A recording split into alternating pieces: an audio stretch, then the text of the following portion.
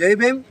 ఈరోజు వరంగల్ జిల్లా నర్సంపేట నియోజకవర్గం నల్లబెల్లి మండలం నారకపేట గ్రామంలో మన ఒక పోలీస్ డిపార్ట్మెంట్కు ప్రజలను రక్షించే ఒక ఉద్యోగం చేస్తూ ప్రజలను రక్షించే ఒక ఉద్యోగి గుణం ఒక మంచి పొజిషన్లో ఉన్నా కానీ ఈరోజు పై అధికారులు వేధింపు ద్వారా ఈరోజు ఎస్ఐ గారు శ్రీరాముల శ్రీనివాస్ గారు ఆత్మహత్యకు పాల్పడడం జరిగింది.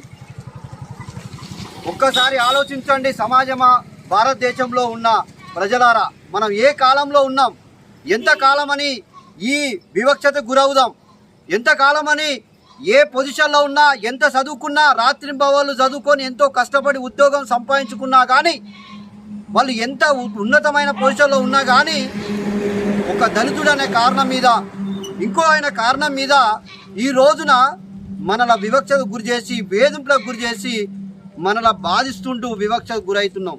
అంటే ఆత్మరక్షణ లేకుండా అయిపోయింది.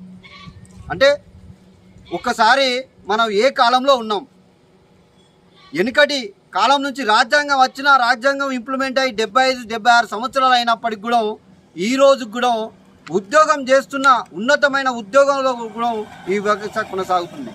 అందుకే ఈ దొరల పరిపాలనలో ఈ కాంగ్రెస్, ఈ దొరలు టీఆర్ఎస్ పరిపాలనలో ఎప్పటికైనా కానీ దళితులకు కానీ బహుజనులకు కానీ న్యాయము ఎన్నటికైనా జరగదు. అందుకోసమనే మనం రాజ్యం మనం సాధించుకోవడానికి మనం కృషి చేసుకోవాల్సిన అవసరం ఉన్నది. మిత్రులారా, ఈ రోజున మన ఎస్ఐ గారు శ్రీరాముల శ్రీనివాస్ గారు ఎంతో కష్టపడి ఒక దళిత సామాజిక వర్గానికి చెందిన వ్యక్తి అయి ఎన్నో సేవలు ప్రజలకు అందించిన వ్యక్తి ఈ రోజున వాళ్ళకే రక్షణ లేకుండా అయిపోయింది. అంటే ప్రభుత్వం ఏం చేస్తుంది, ఇప్పటి వరకు ఇంకా సరైన అధికారులు వచ్చి హామీ ఇవ్వకుండా ఇంకా నిర్లక్ష్యంగానే ఉన్నారు. అంటే ఒక మంత్రి కూడా రాలేదు. అంటే మిత్రులారా, ఒకసారి ఆలోచించండి. దీన్ని ప్రభుత్వానికి మేము ఒకటే చెప్పదలుచుకున్నాం, ఇలాంటి దుర్చర్యను మీరు కనుక ఇలాగే పాటిస్తే మేము దళితులం బహుజనులం అందరం ఒకటై ఈ రోజున మిమ్మల్ని గద్దె దించే రోజులు దగ్గర పడ్డాయి. ఇట్లాంటి వాళ్ళను చాలామందిని చూసినాం. ఇలాంటి వివక్షకు గురై ఇలాంటి మమ్మల్ని తక్కువ చేసి ఎస్సీ ఎస్టీ బీసీలను తక్కువ స్థాయిలో చూసి ఈ రోజున మమ్మల్ని అణచివేసిన వాళ్ళను ఏ రోజు కూడా మేము వదిలిపెట్టాం.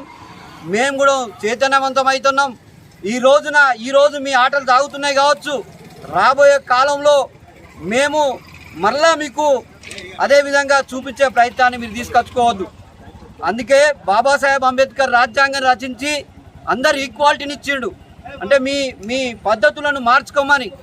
కాబట్టి మేము ప్రభుత్వాన్ని ఇది మీ ప్రభుత్వ హత్యగా మేము భావిస్తూ ఆ కుటుంబానికి ఉద్యోగం ఇవ్వాలని, అదేవిధంగా ₹1 కోటి ఎక్స్రే ప్రకటించాలి.